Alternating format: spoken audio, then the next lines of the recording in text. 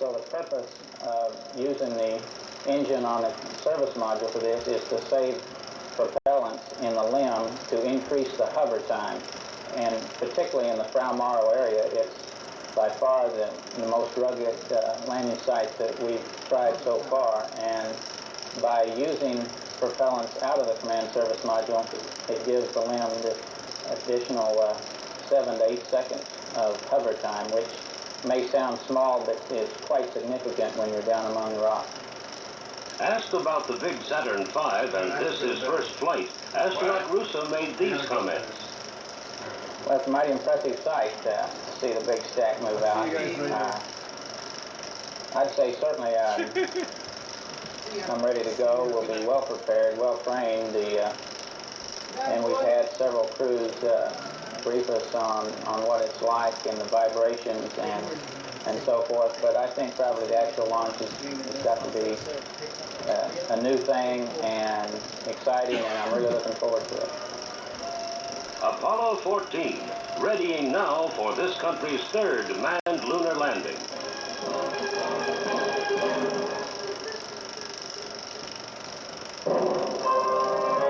This has been an Aeronautics and Space Report presented by NASA, the National Aeronautics and Space Administration.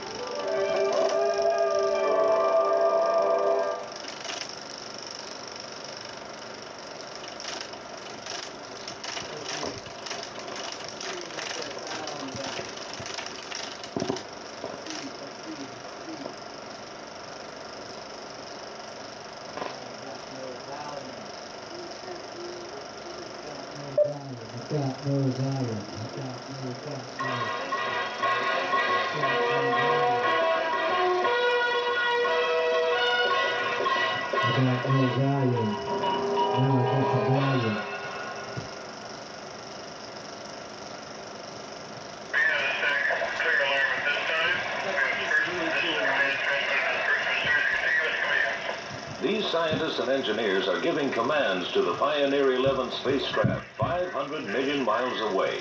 It is now hurtling toward the planet Saturn on the second leg of its mission. Pioneer Project Manager Charles Hall of NASA's Ames Research Center. Here is Jupiter and the 5 innermost moons of Jupiter. And on this board here is shown a projection of the trajectory that Pioneer 11 followed as it approached Jupiter. So Pioneer 11 came along here, underneath Jupiter, around and back, and went out in this direction. And why were scientists interested in studying Jupiter? Well, for one thing, we know that Jupiter has a very strong magnetic field, much like the Earth, and to date, it's the only other planet that has a magnetic field. As a result, it also has radiation belts like the Earth. Again, we know of no other planet today that has that. So by studying those features of Jupiter, we hope to learn more about the similar features here at Earth. Next stop, Saturn. After traveling another 1.5 billion miles, Pioneer will arrive in the vicinity of the giant ringed planet in late August 1979. Well, on this picture behind me shows Saturn and its rings as you would see them from Earth at the time that Pioneer 11 arrives there. Now, Pioneer 11 would come in on the right-hand side of the planet and above it and pass through that gap between the planet and the innermost ring, and then go behind the planet and move out in the left-hand direction and eventually escape from the solar system. As the 570-pound spacecraft dives between Saturn's rings, it will come within 4,000 miles of its surface. The rings orbit Saturn out to a distance of 170,000 miles and could be made up of rocks ranging in size from pebbles to huge boulders. While scientists begin analyzing the mountains of information already returned about Jupiter, Pioneer 11 is speeding on to its rendezvous with Saturn.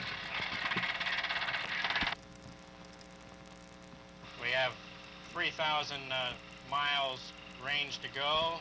CRT displays look good. This research pilot is simulating a landing of the reusable space shuttle. The shuttle is a cargo-carrying combination, spacecraft and aircraft, able to carry large payloads to and from Earth and space 100 times or more. It's scheduled for use in the early 1980s. One of the men who'd like to fly the shuttle is astronaut Joe Engel. Here at the Space Division of Rockwell International in California, he describes a full-scale mock-up of the big craft. What we think of as the airplane part of the shuttle, which is what you see right behind me, is 122 feet long. That's about the same size as a DC-9.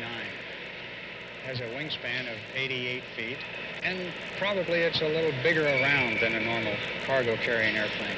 A typical mission starts with a vertical launch.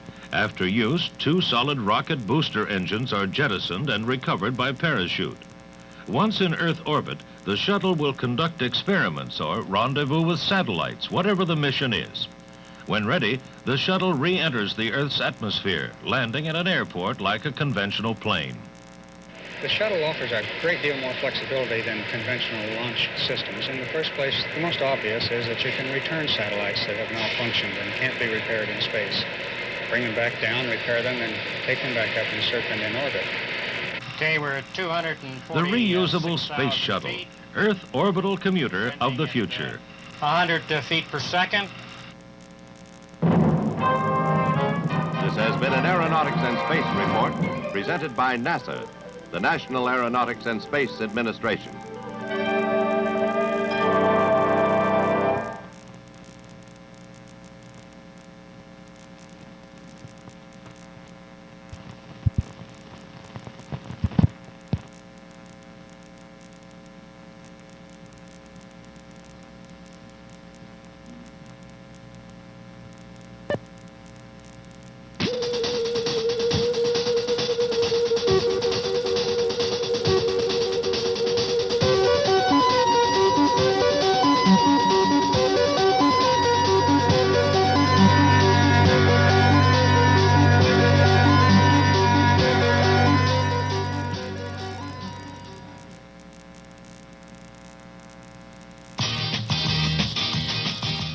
This is Carolyn Greiner, a materials engineer, and physicist Ann Whitaker.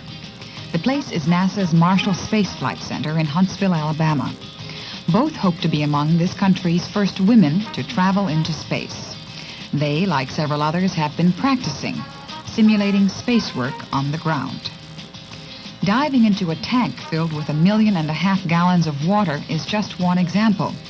It was here that astronauts trained for Skylab, and it's here that training for Spacelab, a cooperative venture between NASA and the European Space Agency, is underway.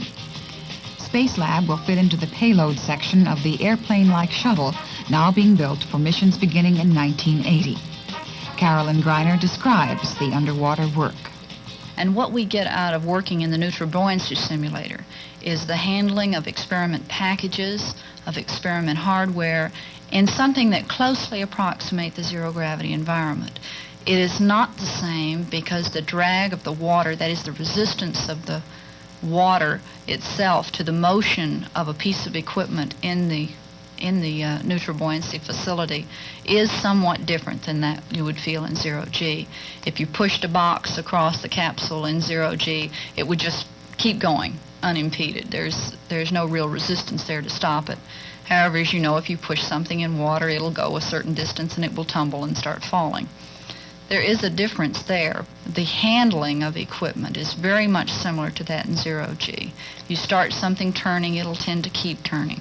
So we're trying to develop our experiment hardware so that it is easy to handle in zero-G, that the kind of manipulations that we want done to be able to get our experimental results can be accomplished with our hardware. This particular training is oriented towards people who will actually be on board Spacelab, and so as a consequence of that, they definitely need this type of training. They need to know how well they use their experimental equipment in low G, and of course this is the basic training for that. This jet plane is also being used to help prepare women for space flight. After reaching altitude, the big jet is pulled up to a 45-degree angle, and then the pilot pushes over, causing a period of weightlessness for about 30 seconds. The short-duration zero-G tests allow future space travelers to become accustomed to weightlessness and also to practice experiments without gravity.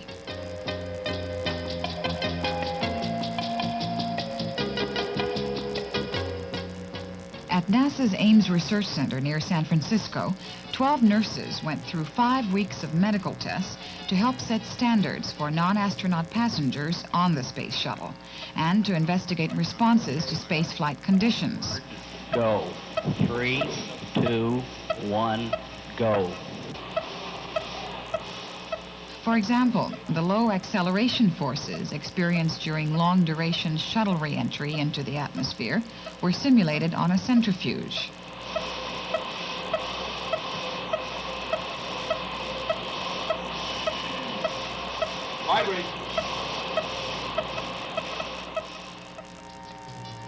Women in space.